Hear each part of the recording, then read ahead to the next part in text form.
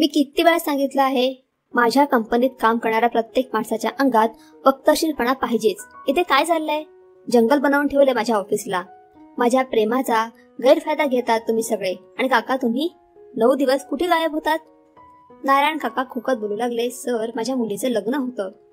अजिंक्य रागावून बोलू लागला, काका, ऑफिसमध्ये तुम्ही कोणाला सांगितलं हे? आणि मॅडम सिमरन, तुम्ही सांगा, 9 वाजता ऑफिसला कोण येतं? हे सगळं काय झालं आहे? मी फक्त 20 दिवसांसाठी अमेरिकेला गेलो होतो. आज सर्वांना कामावरून काढूनच टाकेन.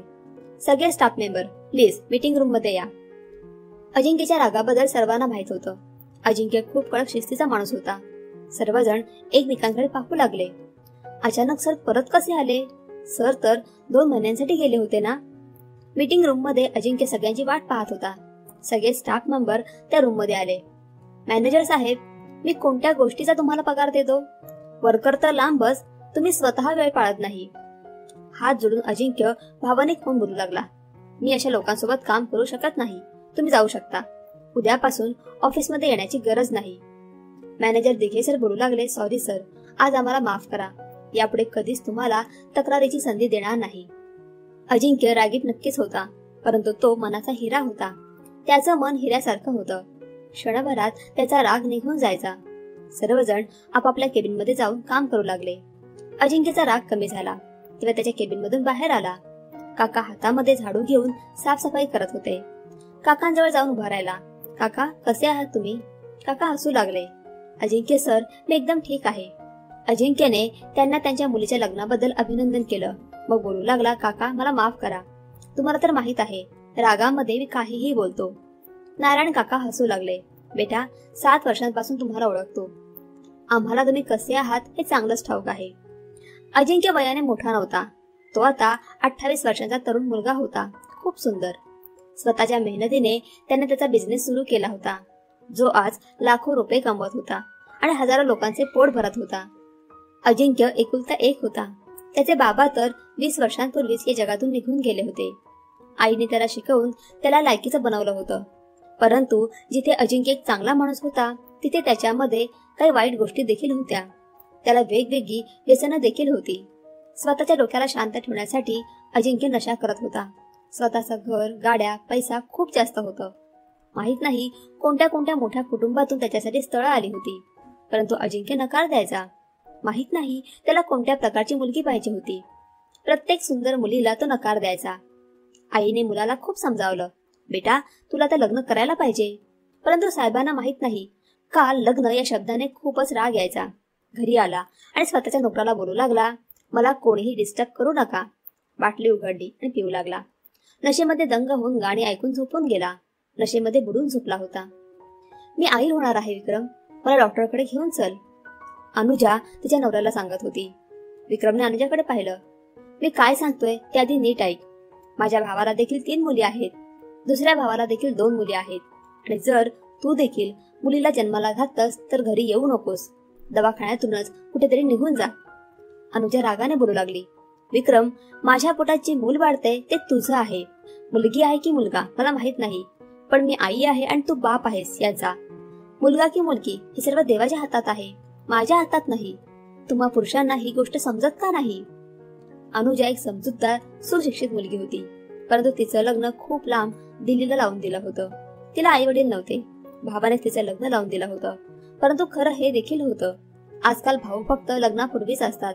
लग्नानंतर भाऊ अगदीच अनोळखी होतात. विक्रमच्या त्या वागण्यामुळे अनुजा खूपच अस्वस्थ होती. रात्री विक्रमच्या शेजारी झोपून बोलू लागली, विक्रम, असं का बोलतोस? जर मुलगी झाली तर तुम्हाला सोडून देशील? विक्रमने कूस बदलली. हो, जर मुलगी झाली तर या घरात परत येऊ नकोस, समजलं? मी तुला घटस्फोट देईन. ती खूपच टेन्शन मध्ये होती. हे देवा, विक्रमला मुलगा दे, नाहीतर माझा संसार उद्ध्वस्त होईल. कधी कधी देव ते करतो जे आपल्या मनात देखील नसतं. देवालाच सर्व काही चांगलं ठाऊक आहे. तो जे काही करतो ते सगळं चांगल्यासाठीच करतो. काही रहस्य त्यामागे लपलेले असतात, जे रहस्य वेळ आल्यावर आपल्याला समजतात. अनुजाला वेदना होऊ लागल्या. दवाखान्यात नेलं गेलं. अनुजाच्या मनात, डोक्यात फक्त प्रार्थना होत्या, हे देवा, मला मुलगा दे, नाहीतर माझा संसार उद्ध्वस्त होईल. आणि मग मुलाच्या रडण्याचा आवाज ऐकू आला. एक नर्स बाहेर आली. विक्रमला आनंदाची बातमी दिली. अभिनंदन सर, तुम्हाला एक सुंदर मुलगी झाली आहे. विक्रमने जसं ऐकलं रागाने उठला आणि दवाखान्यातून निघून गेला. अनुजाला समजलं की मुलगी झाली आहे. तेव्हा तिला आता पुढे काय घडणार आहे हे देखील समजलं होतं.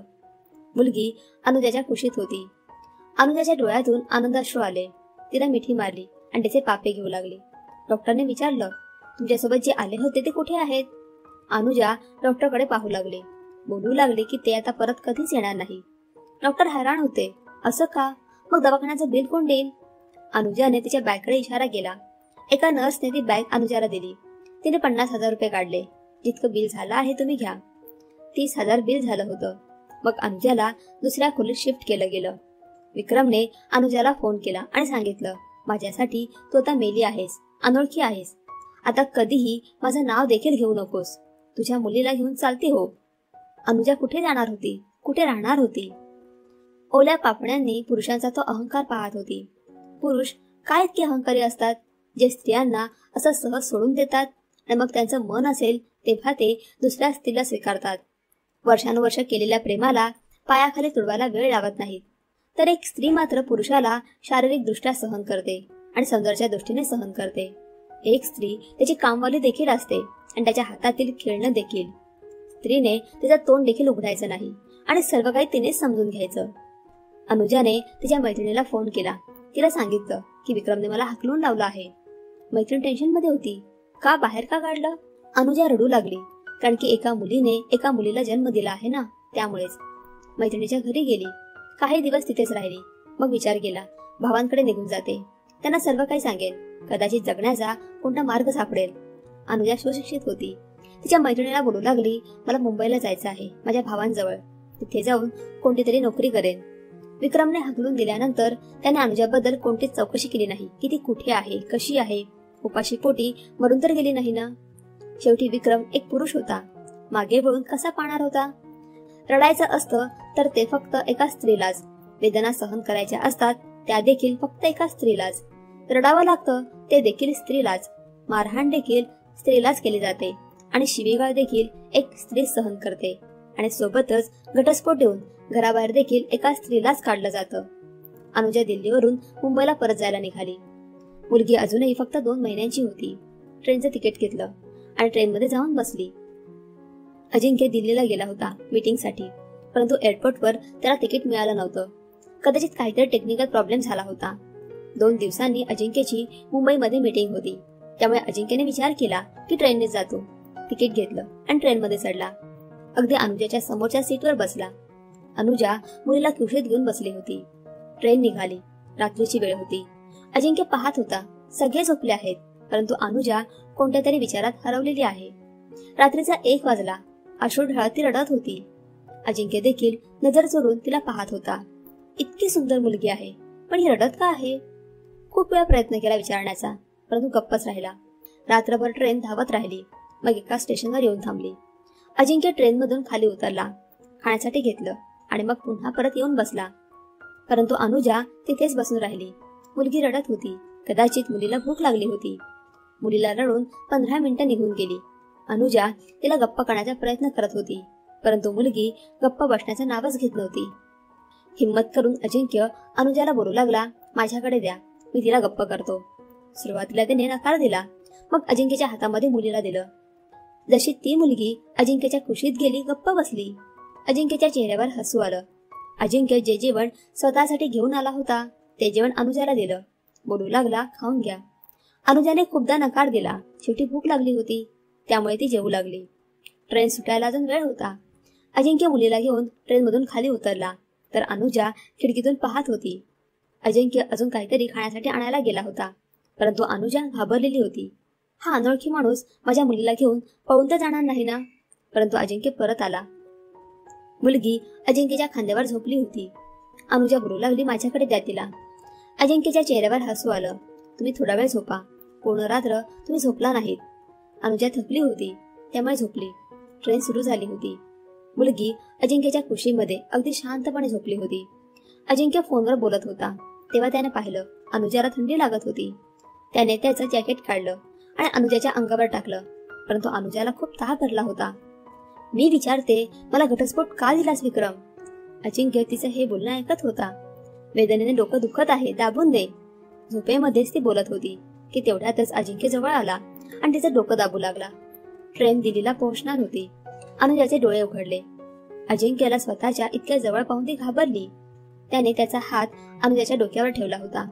अनुजा घाबरून उठली आणि अजिंक्यच्या एक जोरदार कानाखाली लगावली. घाबरली होती. तुझी हिंमत कशी झाली मला हात लावण्याची?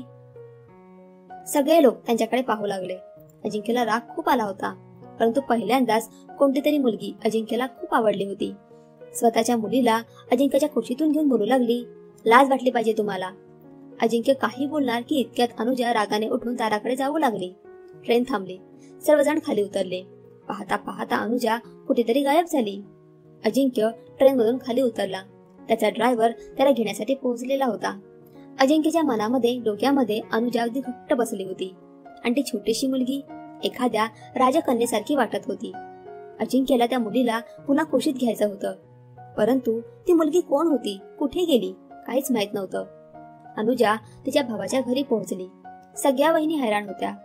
अनुजा 2 महिन्याची मुलगी घेऊन आली होती. अनुजाने सर्व काही सांगितलं की विक्रमने मुलीला जन्माला घातलं म्हणून घरातून हाकलवून लावलं. भावाने अनुजाला धीर दिला. आम्ही त्याच्यासोबत बोलू, न्यायालयात जाऊ, परंतु अनुजाने नकार दिला. ती सुशिक्षित होती. तिला कोणावरही ओझं व्हायचं नव्हतं. भावाला बोलू लागली, दादा तू फक्त मला या घरात राहण्यासाठी थोडी जागा दे. वहिनीकडे पाहून बोलू लागली, मी तुझ्या घरातली सगळी कामं करेन. वहिनी तू टेन्शन घेऊ नकोस, फक्त काही दिवस मी इथे राहीन, एक नोकरी शोधेन आणि मग इथून निघून जाईन. काही दिवस निघून गेले. अनुजाने एका ठिकाणी पाहिलं. एका कंपनीला असिस्टंट मॅनेजरची गरज होती. पगार चांगला होता आणि घर देखील भेटणार होतं. तशी कंपनी चांगली होती. अनुजाने ऑनलाईन अप्लाय केलं. कंपनीने अनुजाचे शिक्षण पाहून तिला इंटरव्ह्यूसाठी बोलावलं. सकाळी 8 वाजता इंटरव्ह्यू होता. स्वतःच्या मुलीला वहिनीच्या स्वाधीन केलं. रिक्षा पकडली आणि कंपनीच्या ऑफिसमध्ये पोहोचली. समोर रिसेप्शनिस्टला तिचं नाव सांगितलं. इंटरव्ह्यूसाठी सरांनी मला बोलावलं आहे. तिथे उभ्या असलेल्या मुलीने सांगितलं, मॅडम तुम्ही इथे वाट पहा. सरांनी सांगितल्यावर तुम्हाला आतमध्ये पाठवते. 1 तास निघून गेला होता. अनुजाला आवाज दिला की आतमध्ये या. तिचं हृदय धडधडत होतं. समोर बसलेले सर पेपरवर काहीतरी लिहत होते. मग वाचत बोलू लागले, अनुजा वय वर्ष 25, घटस्फोट झाला आहे, एक मुलगी आहे. मग नजर वर करून जसं पाहिलं, हा तर तोच ट्रेन मधला मुलगा आहे ज्याला अनुजाने कानाखाली लगावली होती. अनुजा घाबरली, परंतु अजिंक्य तिला पाहून हसू लागला. त्याला विश्वास बसत नव्हता. ही तीच मुलगी आहे जी मला रात्री झोपू देत नाही. स्वतःच्या खुर्चीतून उठून उभा राहिला. मॅडम जेव्हा नजर वर करून पाहिलं तेव्हा समोर अजिंक्यला पाहून अनुजा देखील घाबरली. हा तर तोच मुलगा ज्याला ट्रेन मध्ये मी कानाखाली लगावली होती. अनुजा केबिन मधून बाहेर जाऊ लागली. अजिंक्यने आवाज दिला, मॅडम थांबा तुम्ही, मला विश्वास बसत नाही. अजिंक्य तर जणू काही एखादं स्वप्न पूर्ण झालं होतं. जणू काय वर्षानुवर्षांची प्रार्थना स्वीकारली गेली होती. जणू काय हरवलेला कोणीतरी खूप वर्षांनंतर सापडला आहे. तो त्याच्या खुर्चीतून उठला. मॅडम तुम्ही बसा.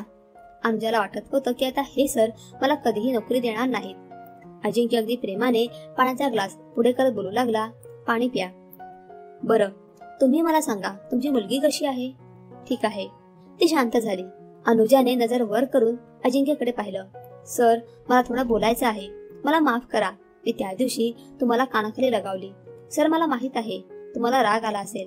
मला माहित आहे की तुम्ही मला ही नोकरी देखील देणार नाही, परंतु सर मी खूप मजबूर आहे. परंतु ठीक आहे, काही हरकत नाही सर, तुम्ही मला फक्त माफ करा. ती तिचे सगळे पेपर्स गोळा करून जाऊ लागली.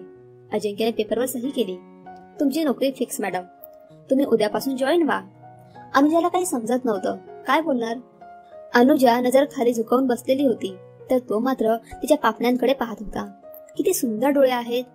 कोण आहे जो या डोळ्यांना पाहून पुन्हा नशा करण्याची हिंमत करेल? अजिंक्य स्वतःला सांभाळ, नाहीतर या डोळ्यांमध्ये हरवून जाशील.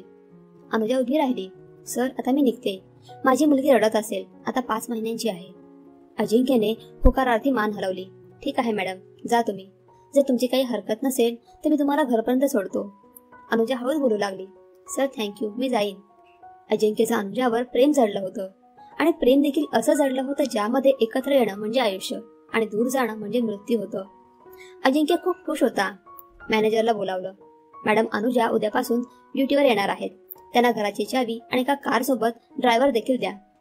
मॅनेजर अजिंक्यचं बोलणं मध्येच अडवत बोलू लागला, पण सर, गाडीबद्दल तर काहीच बोलणं झालं नव्हतं. अजिंक्य हसू लागला. बोलणं तर माझ्या मनाचं देखील झालं नव्हतं. सॉरी सर, मला समजलं नाही, तुम्ही काय बोलताय? अजिंक्य अगदी शायरी अंदाजात बोलू लागला. मॅनेजर साहेब, काही गोष्टी समजल्या नाही तरच ते चांगलं असतं. तुम्हाला मी जे सांगितलंय ते समजलं ना? दुसऱ्या दिवशी अनुजा ऑफिसमध्ये आली. मुलगी देखील सोबत होती. मॅनेजरने अनुजाला केबिन दाखवली आणि मग ड्रायव्हर सोबत ओळख करून दिली. मॅडम, हा संध्याकाळी तुम्हाला तुमच्या घरी सोडत जाईल. हे घर तुम्हाला कंपनीने दिलं आहे. बाकी काम मिस्टर चिन्मय तुम्हाला समजावतील. चिन्मय अनुजाला कामाबद्दल सांगत होता. अनुजा मुलीला कुशीत घेऊन काम समजावून घेत होती. अजूनही अजिंक्य ऑफिसमध्ये आला नव्हता. अजिंक्य नशेमध्ये बुडालेला होता. आज एक खूप महत्वाची मीटिंग होती, परंतु अजिंक्यला नशेचं व्यसन लागलं होतं, ज्यामुळे येणारा प्रत्येक दिवस अजिंक्यला अपयशाकडे घेऊन जात होता. मीटिंगची वेळ झाली, परंतु अजिंक्य घरी सुटला होता. खूप फोन मेसेज केले होते. सगळे टेन्शनमध्ये होते. ज्या दुसऱ्या मोठ्या कंपनीसोबत मीटिंग होती त्यांनी कॉन्ट्रॅक्ट कॅन्सल केलं आणि ते निघून गेले. इतका बेफिकर, लापरवाह माणूस, अशा माणसासोबत आम्ही काम करू शकत नाही. 5 करोडचं कॉन्ट्रॅक्ट हातातून निघून गेलं. सगळे टेन्शनमध्ये होते. अनुजाने विचारलं, सर काय नाही आले? मॅनेजर डोकं खाजत बोलू लागला, अहो मॅडम, अजिंक्य सरांची कंपनी खूपच लवकर बुडणार आहे. तुम्ही फक्त काही दिवस एन्जॉय करा. मग सगळेच्या सगळे नवीन जॉब शोधणार आहेत. सगळे स्टाफ मेंबर हसू लागले. बाई, हा तर माझा शेवटचा महिना आहे. मी तर हे काम सोडणार आहे. अजिंक्य सरांना सोडणार आहे. अजिंक्यचे डोळे उघडले. मोबाईल पाहिलं. 50 phone call miss call. Time पाहिला. संध्याकाळचे 7 वाजले होते. मॅनेजरला फोन केला. मीटिंगचं काय झालं? मॅनेजरने दीर्घ श्वास घेतला. सर, कॉन्ट्रॅक्ट कॅन्सल झाला आहे आणि आपल्या विरोधी कंपनीने ते कॉन्ट्रॅक्ट साईन केलंय. अजिंक्य रागाने विडा पिसा झाला. खोलीत असलेल्या सर्व वस्तू उचलून फेकू लागला. हे मला काय झालंय? ग्लासमध्ये ड्रिंक ओतलं आणि पिऊ लागला. ग्लास तोंडापर्यंत आणलं, मग तो ग्लास जमिनीवर आपटला. डोकं दाबत किंचाळू लागला. डोळे लाल झाले होते. त्याला नशेची तलप आली होती, परंतु त्याला नशा करायची नव्हती. आई खोलीमध्ये आली. अजिंक्यची अवस्था पाहिली तेव्हा आईला खूप वाईट वाटलं. बेटा, ही तू तुझी काय अवस्था केली आहेस? अजिंक्य आईकडे पाहू लागला. तोंडातून फेस येऊ लागला. अजिंक्य स्वतःशीच भांडत होता. तो वेगवेगळ्या नशेमध्ये बुडून स्वतःचं आयुष्य बर्बाद करत होता.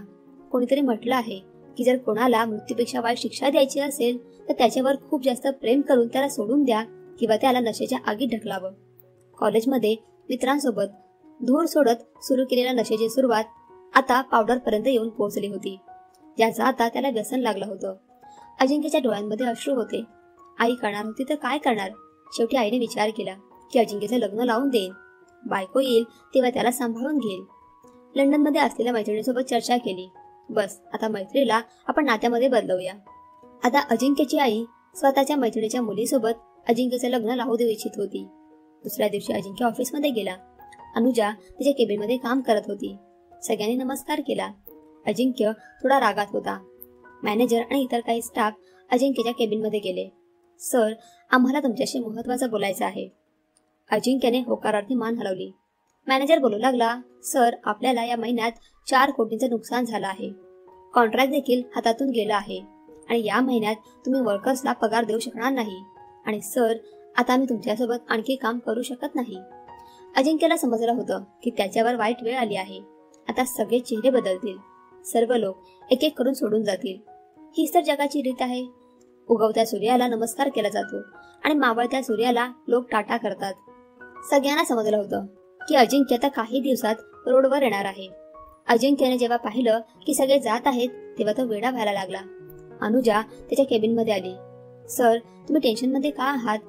अजिंक्य हसू लागला. काही नाही अनुजा, या बसा. अजिंक्यला त्याच्या मनातलं सांगायचं होतं की अनुजा, जर तुला देखील हे काम सोडून जायचं असेल तर जाऊ शकतेस. स्वतःच्या खुर्चीतून उठला. दीर्घ श्वास घेतला. अनुजा, मी ही कंपनी खूप मेहनतीने उभारली होती. दिवस रात्र एक करून उपाशी तापाशी राहून मी ही कंपनी उभारली. देव मला यश देत गेला. मी दिवसा लाखो ते करोडो रुपये कमावू लागलो. परंतु त्यानंतर मी ड्रिंकच्या नशेमध्ये बुडालो आणि नशेमध्ये राहणं मला बर्बाद करू लागलं. आज मी फक्त अजिंक्य आहे, एक लाचार हरलेला माणूस. अजिंक्य एक खंबीर माणूस होता, पण आज तुटून गेला होता, कारण की त्याच्यासोबत काम करणाऱ्या माणसांनी त्याची साथ सोडली होती. या वेळेला सर्वात जास्त मला त्यांची गरज होती. त्यांनीच या वेळेला माझी साथ सोडली. अजिंक्यने अनुजाच्या डोळ्यात पाहिलं. अनुजा, माझ्यासोबत लग्न करशील? अनुजा उभी राहिली. सर, हे तुम्ही काय बोलताय? अजिंक्य अनुजाकडे पाहत बोलू लागला. अनुजा, मला एका भक्कम आधाराची गरज आहे आणि तो आधार तुझ्यापेक्षा चांगला कोणताही असू शकत नाही. तुझा घटस्फोट झाला. तुझ्या जागी जर दुसरी कोणी मुलगी असती तर तिने स्वतः आत्महत्या केली असती, मेली असती, रडत राहिली असती. परंतु तू या जगाच्या डोळ्यात डोळे घालून मुकाबला केलास आणि स्वतःच्या पायांवर उभी राहिलीस. स्त्री तर मजबुरीमध्ये येऊन शरीर देखील विकून टाकते. अनुजाला अजिंक्यचं बोलणं समजत होतं, परंतु ती घाबरत होती. अजिंक्य अनुजाला बोलू लागला. तुला जितका वेळ पाहिजे तितका वेळ तू घेऊ शकतेस, विचार कर. अनुजा रात्रभर विचार करत राहिली. अजिंक्यला यावेळेला एका जोडीदाराची गरज आहे, पण त्याची गरज पूर्ण झाल्यानंतर काय होईल? त्याला तर कोणतीही चांगली मुलगी भेटेल. अनुजाने देखील एक निर्णय घेतला. मी देखील नोकरी सोडून देते. आज अजिंक्य ऑफिसमध्ये आला नव्हता. ती अजिंक्यच्या घरी गेली. गार्डने गेट उघडला. अनुजाने सांगितलं की मला अजिंक्य सरांना भेटायचं आहे. सुरुवातीला गार्डने नकार दिला. मग अजिंक्यच्या आईने सांगितलं, येऊ दे त्या मुलीला. अनुजाने चेहऱ्यावरील स्कार्फ काढला. खूपच सुंदर दिसत होती. कडेवर मुलगी होती. म्हाताऱ्या आईने पाहिलं. बोलू लागली, खूपच सुंदर आहेस बेटी तू. तुला अजिंक्यला का भेटायचं आहे? तिने आईला सांगितलं की मी नोकरी सोडत आहे. जेव्हा अजिंक्य सर येतील तेव्हा त्यांना माझा हा रिझाईन लेटर द्या. आई हसत बोलू लागली, बेटी, तुम्ही सगळे माझ्या अजिंक्यला का सोडत आहात? आधी ऑफिसमध्ये सोडून गेले. मग माझी मैत्रीण जी बोलत होती की अजिंक्य तिचा जावाई होईल, तिने देखील लग्नासाठी नकार दिला. आज तू देखील सोडून जाशील. तो बिचारा रडत होता. कोणीतरी अनुजा नावाची मुलगी आहे. बोलत होता, आई ती खूप चांगली आहे. जर ती माझ्यासोबत असेल तर मला सांभाळून घेईल, मला डगमगू देणार नाही. खूप बहादूर आहे आई ती. आईच्या डोळ्यातून अश्रू येत होते. आईने हात जोडून प्रार्थना केली, हे देवा, अनुजाला सुरक्षित ठेव, जी माझ्या मुलाच्या आयुष्याची आशा आहे. अनुजाने रिझाईन लेटर पुन्हा बॅगमध्ये ठेवलं आणि पुन्हा परत निघून गेली. अजिंक्यला फोन केला. अजिंक्य, मला तुला भेटायचं आहे. तो खूप खुश होता. हा अनुजा, कुठे भेटायचं आहे? तिने त्याला घरी बोलावलं. अजिंक्य अनुजाच्या घरी पोहोचला. अनुजा रागात बसलेली होती. अजिंक्य, अजिंक्य तू वेडा झाला आहेस का? का स्वतःचं आयुष्य बर्बाद करतोस? माझ्यामध्ये असं काय आहे ज्यामुळे तू असं हट्टाला भेटला आहेस? अजिंक्यने अनुजाच्या मुलीला कुशीत घेतलं. तिचे पापे घेऊ लागला. ही गोड बाहुली माझं जग आहे. अजिंक्यने अनुजाकडे पाहिलं. अनुजा, अग्रीमेंट कर. जर तुला माझी साथ आवडली नाही तर मला सोडून निघून जा. अनुजा तोंड फिरवत बोलू लागली, अजिंक्य, समजून काय घेत नाहीस? अनुजा, प्लीज ऐक ना, तू समजून घे ना, लग्नासाठी तयार हो ना. मग अनुजाने परिस्थिती पाहून अजिंक्य सोबत लग्न केलं. नवरी होऊन अजिंक्यच्या घरी आली. आई खूप खुश होती. अनुजाची मुलगी आता अजिंक्यची देखील मुलगी होती. मुलीचं नाव मायरा होतं. अनुजा अजिंक्यच्या खोलीत गेली. सगळ्यात आधी सगळ्या बॉटल्स बाहेर फेकून दिला. आई हे सर्व पाहून हसत होती. बरं झालं बेटी, आता तूच याला सुधारू शकतेस. अजिंक्यने मायराला उचलून घेतलं होतं. ते धूर सोडणारा फेकून द्या हातातून पहिले. अनुजाने अजिंक्यकडे रागाने पाहिलं. अगदी शांत बस आणि जा जाऊन गार्डन मध्ये बस. 3 तासाच्या मेहनतीनंतर खोली पूर्णपणे बदलली होती. अजिंक्य पाहून हैराण झाला. अनुजा, हे काय केलंस? प्रत्येक वस्तू त्या त्या जागेवर होती. अनुजाने अगदी व्यवस्थितपणे टापटीपणे खोली सजवली होती. आयुष्य एका स्त्री सोबतच स्वर्ग बनतं. रात्रीची वेळ होती. अजिंक्य कंपनीचा नफा तोटा पाहत होता. अनुजा शेजारी बसून चहा पित होती, तर मायरा बेडवर झोपून खेळत होती. अनुजा, माझ्याकडून लाखोंचं नुकसान झालं आहे. हो, पण आता धीराने काम घे. आपण दोघेही मिळून काम करूया. मी आहे ना तुझ्यासोबत. अनुजा, माझं धीर, माझं आयुष्य, आता फक्त तूच आहेस. अनुजाने नवीन कंपनीसोबत कॉन्टॅक्ट केला. स्वतः मीटिंग अटेंड करायची. कॉन्ट्रॅक्टर अनुजावर विश्वास ठेवू लागले, कारण की तिचं बोलणं खूपच कॉन्फिडंट होतं. अजिंक्य ऑफिसमध्ये बसला होता. फोन आला. मिस्टर अजिंक्य, मॅडम, अनुजासोबत आम्ही 8 कोटींचा प्रोजेक्ट डिस्कस केला आहे. तो प्रोजेक्ट आम्ही तुम्हाला देतोय. बाकीचं बोलणं आपण भेटल्यावर करू. अजिंक्य आनंदाने उड्या मारू लागला. धावतच अनुजाकडे गेला. माय डार्लिंग, आपल्याला कॉन्ट्रॅक्ट मिळालंय. अजिंक्य, देव आपल्याला नक्कीच यश देईल. कंपनी पुन्हा एकदा यशाकडे वाटचाल करू लागली. अजिंक्यने प्रत्येक नशा सोडली. अनुजाची मुलगी देखील 10 वर्षांची झाली होती. देवाने त्यांना एक मुलगा देखील दिला, ज्याचं नाव मयांक होतं. अजिंक्यने मोठ्या मोठ्या कंपनीसोबत कॉन्ट्रॅक्ट केला होता. मायरा 22 वर्षांची झाली होती आणि मुलगा 19 वर्षांचा. आता अनुजा आणि अजिंक्य म्हातारे होत होते. अजिंक्य, सगळ्या कामगारांना पगार लवकर दे, दिवाळी आली आहे, त्यांना थोडी बहुत शॉपिंग करायची असेल. अजिंक्य हसू लागला. अगं हो, काळजी करू नकोस, तू स्वतःची काळजी घे. काही दिवसांनंतर तुमचे सुपुत्र अमेरिकेवरून शिक्षण पूर्ण करून येत आहेत. मयांक अमेरिकेतून शिक्षण पूर्ण करून परत आला होता आणि परत येऊन आई वडिलांचा बिझनेस सांभाळू लागला. तर दुसरीकडे मायराने एक मोठं हॉस्पिटल उभारलं, जिथे गरीब लोकांवर मोफत उपचार होत होते. सोबतच वृद्धाश्रम देखील बनवलं. मयांक खोलीत आला. आई, मी तुझ्याशी बोलू शकतो का? अनुजाने पुस्तक बंद केलं. हो बेटा, ये ना. मग आईजवळ बसला. आई, जर मला एखादी मुलगी आवडत असेल तर तू मला तिच्यासोबत लग्न करण्याची परवानगी देशील का? आई हसू लागली. बेटा, आता तू तरुण आहेस, समजूतदार आहेस. चांगलं वाईट तुला माहित आहे. आम्ही तर मुलांच्या आनंदात आनंदी आहोत. तू बाबांशी बोल ना. मुलगी श्रीमंत नाही, गरीब आहे, परंतु आई ती अगदी तुझ्यासारखी आहे, गोड आणि समजूतदार. ठीक आहे बेटा, मी तुझ्या बाबांसोबत बोलेन. मायराने हॉस्पिटल उभारलं आणि वृद्धाश्रम देखील चालू केलं. किती दयाळू स्वभावाची होती ती. अचानक एका म्हातारा माणसाला तिथे आणलं गेलं. मायराने विचारलं, हे कोण आहेत? तो म्हातारा माणूस बोलू लागला की मला 5 मुलं आहेत. मी देवाकडे खूप प्रार्थना करून त्यांना मागितलं होतं. त्यांना लहानाचं मोठं केलं, शिकवलं, पण आता जेव्हा ते तरुण झाले तेव्हा मला मारू लागलेत. जेवायला देखील देत नाही, औषधांसाठी पैसे देत नाहीत. मला घरातून धक्के मारून हकलवून लावलं. मला मरायचं आहे. काश देवाने या अशा मुलांपेक्षा मला 5 मुली दिल्या असत्या तर बरं झालं असतं. म्हातारा माणूस रडू लागला. केस विस्कटलेले, दाढी वाढलेली, फाटलेले कपडे घातले होते. उपाशी राहिल्यामुळे शरीराचा सापळा झाला होता. मायराने तिच्या माणसांना सांगितलं, यांची आंघोळ करून घ्या आणि जेवायला द्या. सोबतच डॉक्टरांकडून त्यांची तपासणी करून घ्या. काका, तुम्ही मला तुमची मुलगी समजा, मी घेईन तुमची काळजी. तो म्हातारा माणूस आशीर्वाद देऊ लागला. काश माझी देखील तुझ्यासारखीच मुलगी असती तर बरं झालं असतं. तुम्हाला माहित आहे हा म्हातारा माणूस कोण होता? तो म्हातारा माणूस मायराचा सख्खा बाप होता, ज्याने मुलगी जन्माला आल्यामुळे अनुजाला सोडून दिलं होतं. आज तोच बाप मुलांकडून अपमान झाल्यामुळे मुलीच्या आश्रयाखाली आला होता, जिला त्याने नाकारलं होतं. मायरा घरी गेली. घरी जाऊन आईला सांगत होती, आई, आज एक म्हातारे वयस्कर आमच्या वृद्धाश्रमात आले होते. त्यांना 5 मुलं आहेत. सगळ्यांनी धक्के मारून त्यांना घराबाहेर हकलवून लावलं. आता ते माझ्या वृद्धाश्रमात आहेत. मोबाईल मधून त्या म्हाताऱ्या माणसाचा फोटो दाखवला. अनुजाने पाहता क्षणी त्याला ओळखलं. त्याच्या आधी अनुजा काही बोलेल, फोन आला. तो जो म्हातारा आज आला होता त्यांचा मृत्यू झाला आहे, हार्ट अटॅकमुळे.